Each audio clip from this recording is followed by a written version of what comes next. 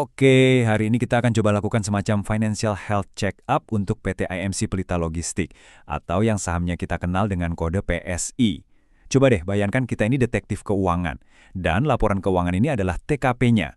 Misi kita satu, mencari petunjuk untuk mengungkap kondisi perusahaan ini yang sebenarnya. Yuk, kita mulai. Nah, setiap investigasi yang seru itu kan selalu dimulai dari sebuah misteri ya. Dan untuk PSSI ini, misterinya lumayan bikin kabet. Ada satu gejala yang, kelihatan mencolok banget dari laporan keuangan terbarunya.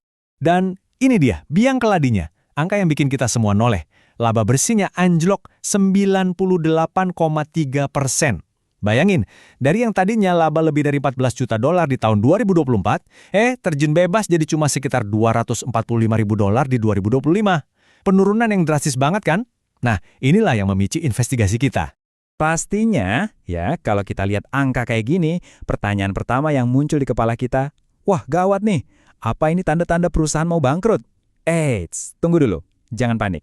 Dalam analisis keuangan, angka utama yang mencolok itu seringkali nggak menceritakan keseluruhan ceritanya. Sebagai detektif keuangan, kita tahu persis harus cari petunjuk kemana. Jadi, kita akan selidiki 3 dokumen kunci, laporan laba rugi, neraca keuangan, dan yang terakhir, laporan arus kas. Masing-masing dokumen ini bakal ngasih kita kepingan puzzle yang berbeda. Oke, petunjuk pertama kita mulai dari laporan laba rugi. Disinilah kita bisa melacak jejak aliran uang yang masuk dan keluar dari perusahaan. Ini bakal bantu kita jawab pertanyaan paling dasar. Kenapa sih labanya bisa anjlok separah itu? Nah, kan kita langsung nemu tersangka utamanya.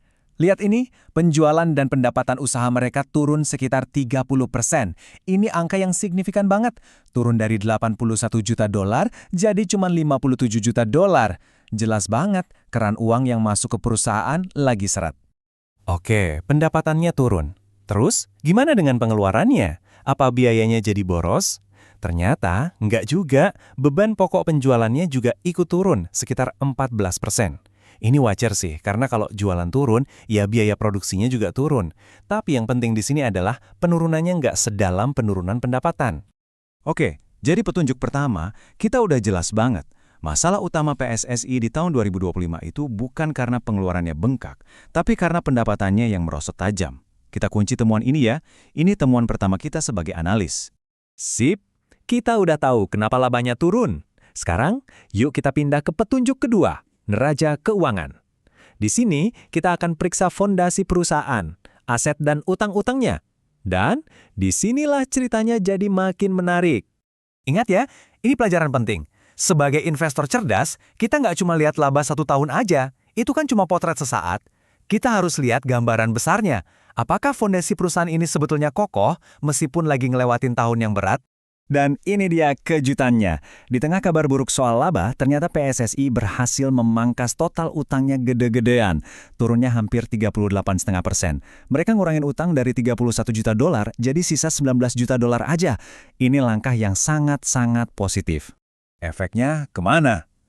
Langsung ke rasio utang terhadap ekuitas atau yang biasa disingkat DER. Rasionya membaik drastis, turun dari 0,198 jadi 0,125. Prinsipnya gampang kok. Semakin rendah angka rasio ini, artinya semakin kokoh fondasi keuangan perusahaan. Risikonya jadi lebih kecil. Jadi, apa yang bisa kita baca dari sini?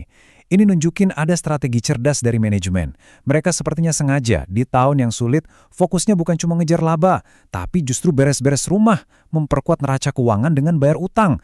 Nah, ini ciri-ciri manajemen yang mikirin jangka panjang. Eits, investigasi kita belum selesai. Masih ada satu petunjuk lagi yang super penting, laporan arus kas. Ada pepatah dalam investasi yang perlu kita ingat baik-baik. Laba itu opini, tapi kas itu fakta. Arus kas itu ibarat aliran darahnya perusahaan. Pertanyaannya, apa PSSI benar-benar lagi kehabisan darah alias uang tunai? Dan coba lihat ini. Meskipun di atas kertas labanya kelihatan anjlok, ternyata posisi kas alias isi dompet perusahaan di akhir tahun malah sedikit meningkat loh. Dari 54,6 juta dolar naik jadi 55,7 juta dolar. Ini temuan yang krusial banget. Apa artinya nih buat kita? Ini menegaskan kalau meskipun profitabilitas operasinya lagi tertekan, perusahaan ini nggak dalam krisis likuiditas. Mereka nggak kehabisan uang buat bayar tagihan atau gaji karyawan.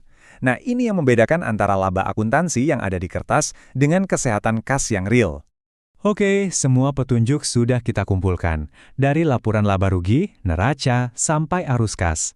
Sekarang, tiba saatnya untuk kita, sebagai mentor dan analis, menyatukan semua kepingan puzzle ini dan menarik sebuah kesimpulan yang utuh. Yuk kita rangkum. Jadi, di satu sisi kita lihat ada lampu merah yang menyala terang, laba bersih dan pendapatan anjlok parah. Ini nggak bisa kita anggap remeh. Tapi, di sisi lain kita juga lihat ada tunas-tunas hijau yang menjanjikan. Total utang berhasil dipangkas, rasio utangnya membaik, dan yang paling penting, posisi kasnya tetap stabil. Jadi, kesimpulan akhirnya gimana?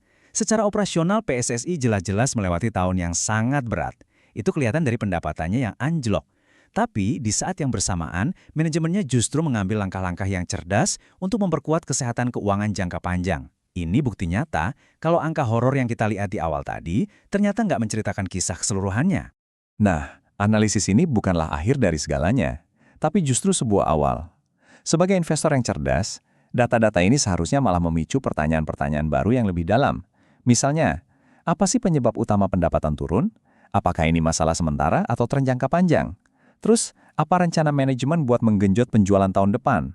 Kalau Anda sudah mulai mengajukan pertanyaan-pertanyaan seperti ini, selamat! Anda sudah bertransformasi dari sekedar pembaca laporan keuangan menjadi seorang analis sejati.